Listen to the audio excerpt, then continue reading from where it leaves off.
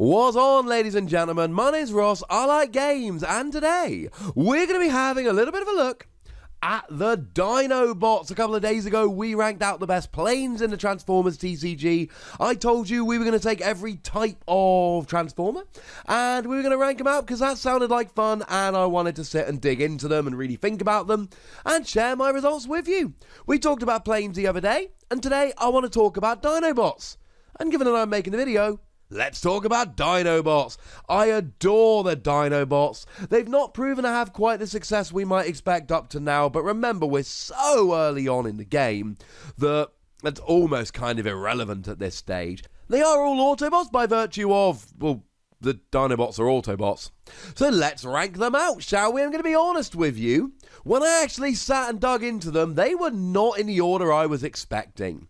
In at number 5, though I don't think it's a bad card at all, Dinobot Slug. I like Dinobot Slug. It's just really undone by being a 9 cost. 9 is expensive.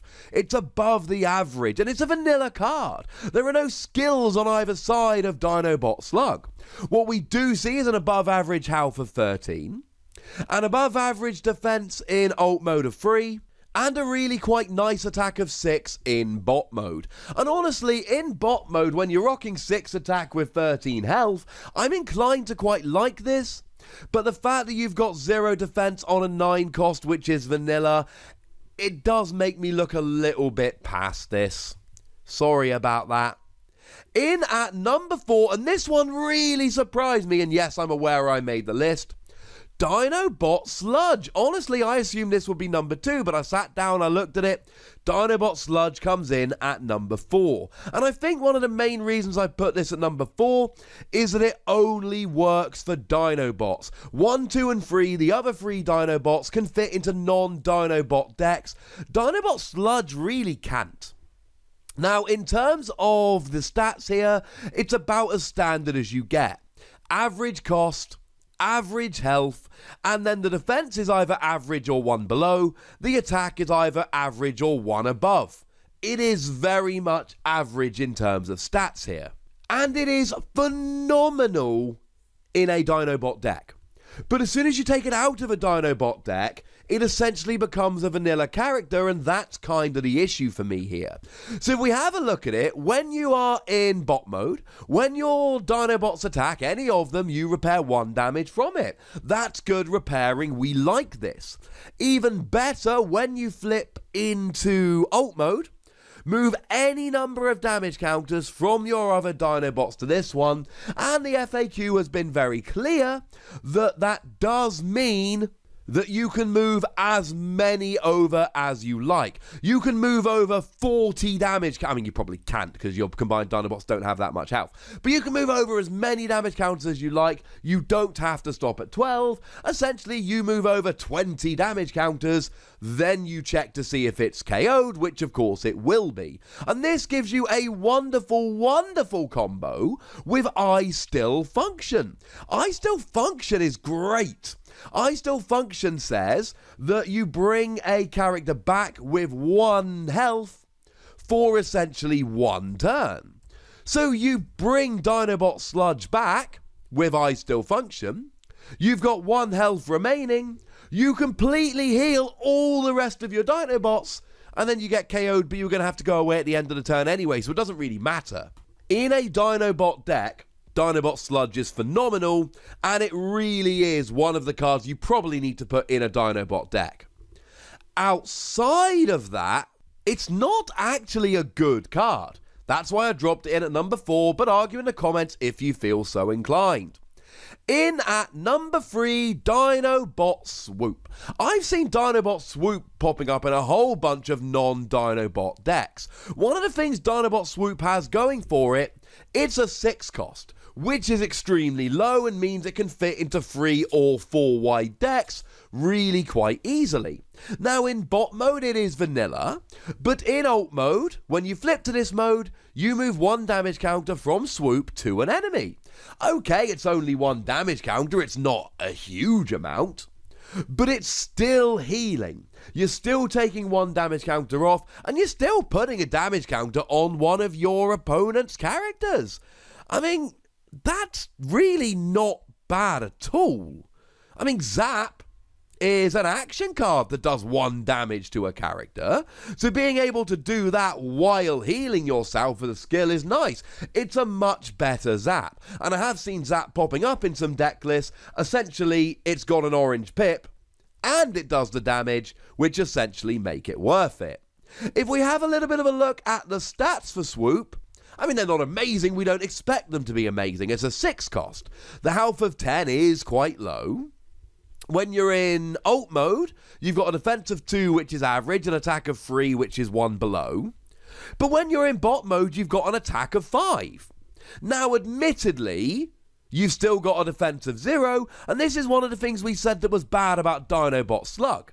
Because Dinobot Slug had an attack of 6, but a defense of 0. The difference is Swoop costs 3 stars less, and it has a really good skill. So I'm actually inclined to be okay with this. And you're a Dinobot, right?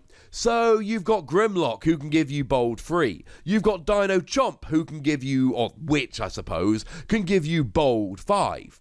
There's a lot to like about this. This can be a pretty good attacker. It's got a pretty good skill. It's only a 6 cost. I'm in favour of this. In at number 2, we've got Dinobot Snarl. Now, Dinobot Snarl is a 7 cost, and we've got pretty good stats here. The health of 9 is low, and I'm not loving that, but it's got a defense of 2 in both modes, which is average, given that you are a cheaper than average card. And then you've got an attack of 5 in bot mode and 4 in ult mode. If we go back to Swoop, then you're essentially saying, look, we got the same attack, but we've got 2 defense, and I'd rather have 2 defense 9 health than 0 defense 10 health, unless I'm playing against a deck that does an awful lot of direct damage. Like Zap. Cheeky damage, as I like to call it. So it's a decent little attacker as a 7 cost. But it's got really nice skills here. When you are in bot mode and you attack, you may put a card from your hand on top of your deck. This is great. Either you put an orange icon down to guarantee that you're going to hit an orange icon, or you put a white icon down to guarantee that you hit a white icon and therefore get to flip 2 more cards when attacking. It's essentially a way of guaranteeing that the white icon gives you essentially bold 2. It's beautiful. And then when you flip it into ult mode, if you've got 0 cards in hand, draw 2. Obviously, this is phenomenal after you use Dino Chomp, which does give you bold 5 as I mentioned, but also forces you to scrap your entire hand, which I'd conveniently forgotten. But even if you're not using Dino Chomp, there are plenty of times when you're playing you end up with a 0 card hand. Generally speaking, you start with a 3 card hand. You want to be playing an action and an upgrade every turn. There are going to be times you end up with a 0 card hand. There are in every trading card game. Well, Snarl comes along like, yo, I hear you've got no cards in hand. Have 2 cards. This is awesome. But we all know Grimlock's number 1, right? Grimlock is just phenomenal. Now, to be fair, when you're in ult mode, Grimlock commits the sludge sin of only being 4 Dinobots, in that when you flip into ult mode, one of your Dinobots gets bold 3 until the end of the turn. Okay, that's just for Dinobots, but firstly, that's phenomenal. It's like a supercharge. Bold 3 is great. And secondly, there's enough to like about this even if we ignore that skill. We did mark Sludge down for being Dinobot only. Grimlock is not Dinobot only. Health of 12, average. Defense of 2, average. Attack of 4 in ult mode, average. But attack of 6 is good. And all these other Dinobots we've been going, it's good, but we've been pointing to the bad stat. There are no bad stats on Grimlock. Average health, average defense, above average attack. But what really sets Grimlock apart here is the skill in bot mode, which is of course what you want to be in when you're attacking, because you've got an attack of 6 with the same defense and health in both modes. Health is always the same in both modes.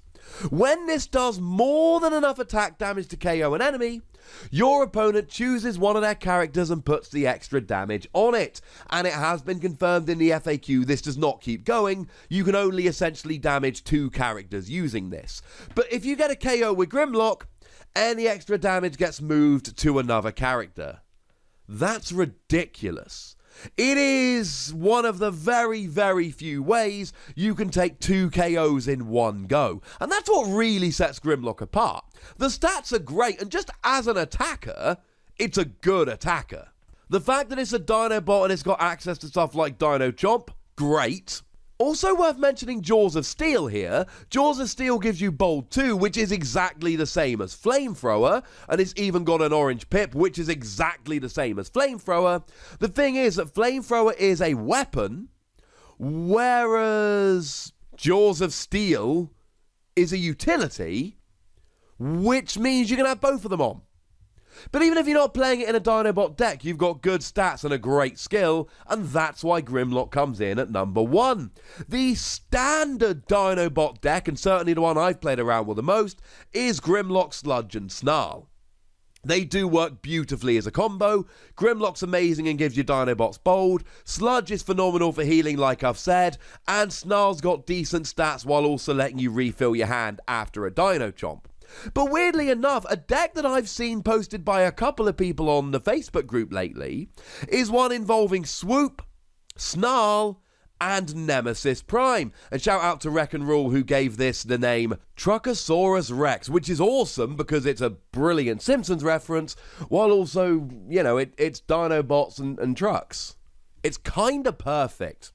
So yeah, that deck's been running around a little bit. I've seen a little bit of hype over that deck, and it just goes to show that Swoop and Snarl are good out of Dinobot decks. That's why I popped down Sludge. But ladies and gentlemen, maybe you're angry I popped down Sludge, or maybe I didn't pop him down far enough, or maybe you just don't think Grimlock should be number 1. Either way, there is a comment section, and I encourage you lovely ladies and gentlemen to go and have a gander.